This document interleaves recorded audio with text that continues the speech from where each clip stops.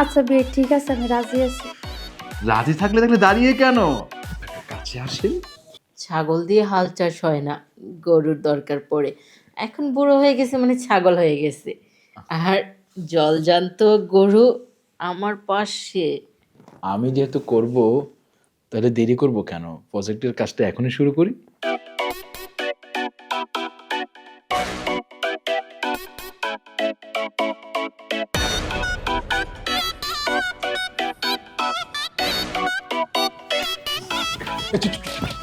আরে আরে বিয়ান চুপ চুপ। আরে বিয়ে, আপনি যে আমার রুমে ঢুকছেন, আপনি দরজা নক দিয়ে আসবেন না? আরে বাবা, এটা তো আপনার রুম না, এটা তো আমার ভাবির রুম। আর আমি ভাবির রুমে ঢুকবো, আমাকে মানে পারমিশন নিতে হবে। চুপ, একদম চিল্লাবেন না। আরে বাবির রুম হয়েছে কি হয়েছে? দেখতেছেন একটা মাইয়া মানুষ গোসল দেয়ছে, তারপর আপনি ঢুকলেন কিভাবে?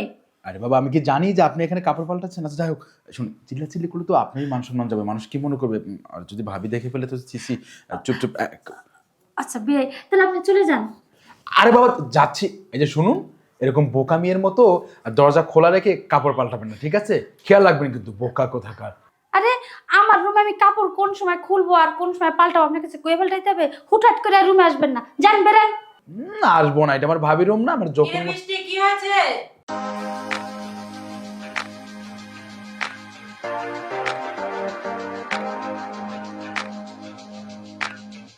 কিরে, এবার চিৎকার করলি কেন? আপু, তুমি তো জানোই আমি তেলাপোকা দিয়ে অনেক ভয় পাই। যখন গোসল করে বাইরেছি না, তখন একটা তেলাপোকা আমার পাও দিয়ে বাইয়া উঠছিল। আচ্ছা সেটা না হয় বুঝলাম, তোর এই অবস্থা কেন? এই উন্না পেঁচিয়ে দাঁড়িয়ে আছিস যে এখানে।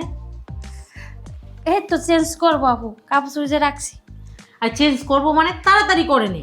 তুইও এখন বড় হয়েছিস, আর বাড়িতে আমার উপযুক্ত একটা দেবরও আছে। তাড়াতাড়ি চেঞ্জ করে নে তো। আর চেঞ্জ করে তাড়াতাড়ি টেবিলে আয়, খাবার দিতেছি, ঠিক আছে? ঠিক আছে আপু, তুমি যাও, আমি চেঞ্জ করে দিতেছি। আপু, তোমার দেওয়ারে বলে দিও, মানে হুটহাট করে যিনি রুমে না আসে। আচ্ছা ঠিক আছে, আমি ওকে বলে দিচ্ছি, তুই তাড়াতাড়ি টেবিলে আয়, ঠিক আছে? ঠিক আছে।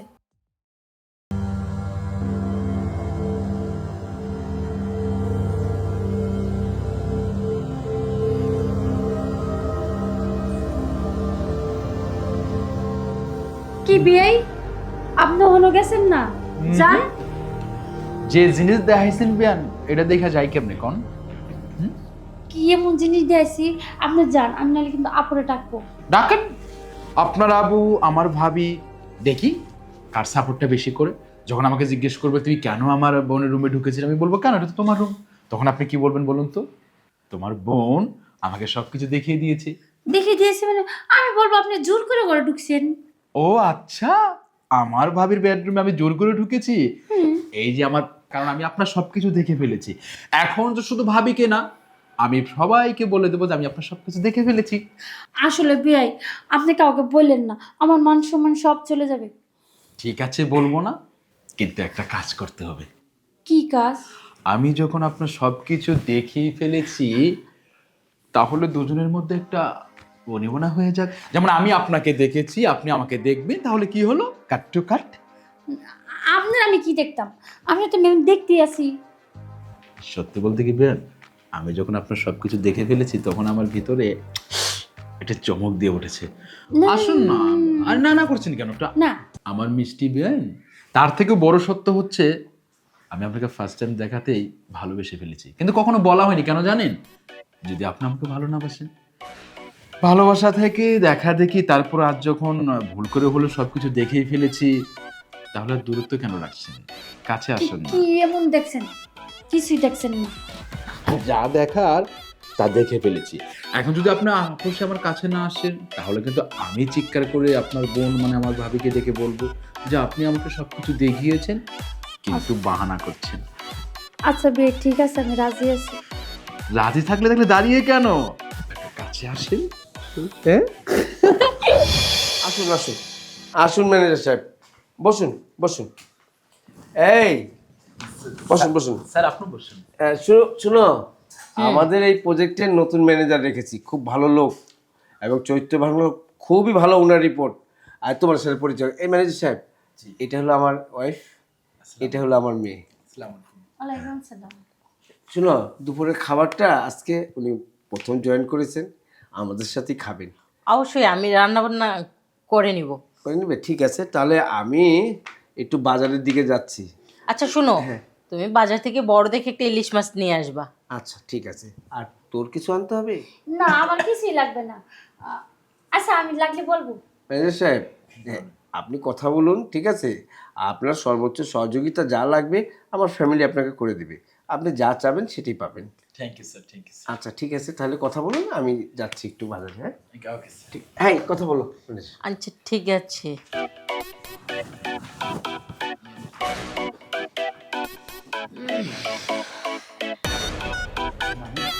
আপনি আমার পাশে বসলে? Sorry sorry. No problem. আচ্ছা ঠিক আছে, আমি আমার কাজ সারি মেয়ের সাথে বসে গল্প করে আসি তাহলে। আসলে আপনার যা লাগবে আমারে বলবেন, আমি সব কিছুই দিব, ঠিক আছে? না না, সবই ঠিক আছে। মানে পুরো পরিবারটা হচ্ছে ডন মাইন্ডের পরিবার, মানে কেউ কোনো মাইন্ডে নেই। আপনার বাবাও সে ফ্রি মাইন্ডের লোক, আপনার মা, বা আমি তো প্রথম ভাবি। আসলে কি জানেন, আপনি কিন্তু অনেক সুন্দর হ্যান্ডসাম। আমার কিন্তু আপনার ভালো লেগে গেছে, এক দেখাই, প্রথম দেখাই আমার ভালো লেগে গেছে। কি বলছেন আপনি? আসলে আপনি কিন্তু দেখতে একেবারে, মানে মনে হচ্ছে যে তাই মনে মনে করতেছেন কি, বইলে ভালান।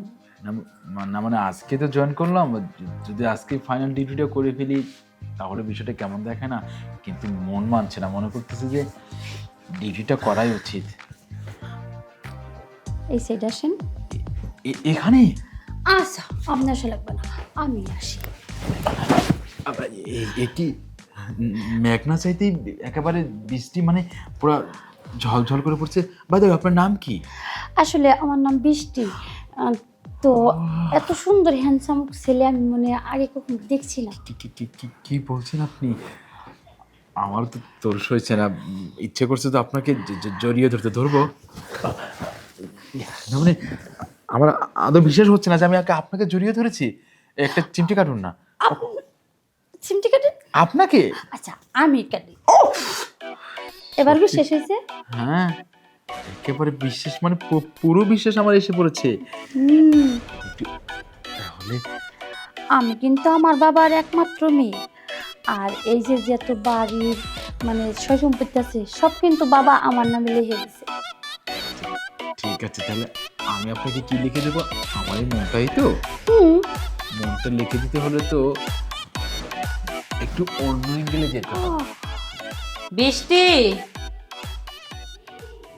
আরে ম্যানেজার সাহেবকে আমার রুমে একটু পাঠিয়ে দে তো, পার্সোনাল কিছু কথা আছে। আচ্ছা শুনেন, আম্মু না আপনার ডাকতেছে, আপনি পাশের রুমে যান, আম্মু আছে। ওখানে কথা বলবে? হয়তো আপনার জন্য কিছু খাবার রেডি করছে। আচ্ছা আচ্ছা আচ্ছা, যান, ঠিক আছে? খাবারের থেকে কিন্তু আপনি অনেক মিষ্টি ছিলেন। আচ্ছা আগে যান, আপনি তো আসেনি। চান্দু যাও, এবার আম্মু বুঝাবে।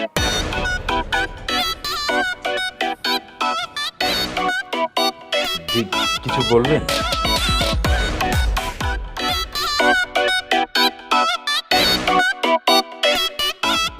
বলতে তো অনেক কিছুই চাই, কিন্তু ম্যানেজার সাহেব দাঁড়িয়ে কেন, পাশে এসে বসেন না। মানে সরি সরি। No problem. আচ্ছা বলুন না, কি বলবেন? আরে ভয় পাচ্ছেন নাকি?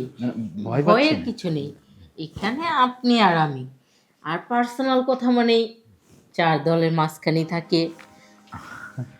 আচ্ছা বলুন, কি বলবেন? দেখুন সবকিছু তো সাহেব আমাকে বুঝিয়ে দিয়েছে, বলেছে যে আমাকে প্রজেক্টটা দেখতে হবে, প্রকল্পটা কাজ করতে হবে, ফার্মের সবকিছু। আচ্ছা আপনার আমাদের এত বড় প্রজেক্ট আপনি সামলাবেন, তো আপনার তো অনেক দায়িত্ব। হ্যাঁ হ্যাঁ আমি বলি কি, খালি প্রজেক্ট সামলালে কি হবে, অন্য প্রজেক্টও তো কিন্তু আপনার জন্য অপেক্ষা করে আছে। মানে বুঝলাম না, অন্য প্রজেক্ট মানে? মানেটা হলো শুধু শুধু কি সাহেবের প্রজেক্টেই সামলাবেন, অন্য প্রজেক্টও তো আমি আপনাকে দিতে চাচ্ছি। মানে আসলে আমি বুঝে উঠতে পারছি না যে কি কি করবো। সব কথা বলে না হৃদয়, কিছু কথা বুঝে নিতে হয়। তা তো দেখেই বুঝতে পারছি। আসলে আপনি কি মানে আমাকে কাছে পেতে চাচ্ছেন, এই তো? আর হ্যাঁ, আপনার ছাড় ও তো বুড়ো হয়ে গেছে, মাথার চুল সব পড়ে গেছে। এখন কি আর বুড়ো দিয়ে হয়? এখন ওই যে ওই অবস্থায় হয়ে গেছে, ছাগল দিয়ে হাল চাষ হয় না, গরুর দরকার পড়ে। এখন বুড়ো হয়ে গেছে মানে ছাগল হয়ে গেছে। আর জলজান্ত গরু আমার পাশে। ঠিক আছে, আপনি যখন চাইছেন তখন সব ডিউটির মাঝখানে আপনার ডিউটিটাও বেছে নেবো। হ্যাঁ, ঠিক আছে, আজ থেকে এই প্রজেক্ট তোমার, আর এই প্রজেক্ট দেখাশোনা শুধু তুমিই করবা। আমি যেহেতু করব, তাহলে দেরি করব কেন? প্রজেক্টের কাজটা এখনই শুরু করি। অবশ্যই, প্রজেক্ট তো তোমাকে দিয়েই দিছি, শুধু কাজ শুরু করবে। আর গভীরে যেতে হবে না, বেশি গভীরে গেলে আবার আমার মান সম্মান চলে যাবে। স্যার, আপনি চলে আসছেন? Sorry sir. হ্যাঁ, চলে আসছি, আসতে তো হবে, না হলে তো কত কিছু হয়ে যেত না। আর এটা আমার পরিবার, আমি কি দিতে পারি? স্যার, আসলে আমার কোনো দোষ নেই। ম্যাডাম বললো যে দেখুন শুধু বাইরের প্রজেক্টে দেখলে হবে, আমার প্রজেক্টে তো দেখতে হবে, তাই। হ্যাঁ, সেটা তো ম্যাডাম আর আমি আগের থেকেই এটাই ছিল, আমরা এইভাবে এভাবে বলবো, কিন্তু আপনার যে চরিত্র, হ্যাঁ, আমি তোমাকে বলেছিলাম আমাদের এত বড় প্রজেক্ট সামলানোর জন্য একটা সৎ লোক দরকার, আর তুমি এরকম একটা অসৎ লোক নিয়ে আসছো যে কিনা একটু মধু ঢেলে দিলে মৌমাছির মতো উড়ে আসে সেই মধুতে বসে। আরে শুনো না, ওই রকম মানুষটা কোথায় পাবো? সেই কারণ তো প্রতিদিন এক একটা করে আনি আর দেখি মানুষের চরিত্রটা কেমন। এই যে ইনি, ওনার বাইরেটা এত লেখা, উনি মুখ দিয়ে লিখেছেন আমি এই ভালো, আমার কোনো ক্যারেক্টারের কোনো কালো দাগ নেই, এই নেই তেই নেই, সবই আমি পড়ে দেখেছি, খুব ভালো। কিন্তু আসলে- ভিতর দিয়ে যে আপনার এত কালো।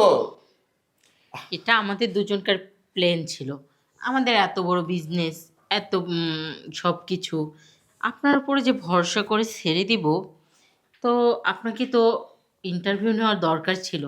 এটাই হলো ইন্টারভিউ। এই ইন্টারভিউতে আপনি কিন্তু পাশ করেননি, ফেল হয়েছে, ফেল করেছেন। ঠিক আছে। স্যার, স্যার আসলে আমি আমি একটা স্যার ভুল করে ফেলেছি। প্লিজ স্যার, আমাকে ক্ষমা করে দিন। হ্যাঁ হ্যাঁ, সব ভুলে তো আর ক্ষমা করা যায় না, বুঝছেন না? আপনি এমন একটা ভুল চরিত্র আপনার, এটা কিভাবে ক্ষমা করা যায়? হ্যাঁ, আজকে আপনি একদিনের মধ্যে আপনি আমার ওয়াইফ, আমার মেয়ের সাথে কত রঙ্গলীলা চলে গিয়েছিলেন। তারপর দিন কি হতো, তারপর দিন কি হতো, তাহলে সামনের দিন তো খারাপ যাবে।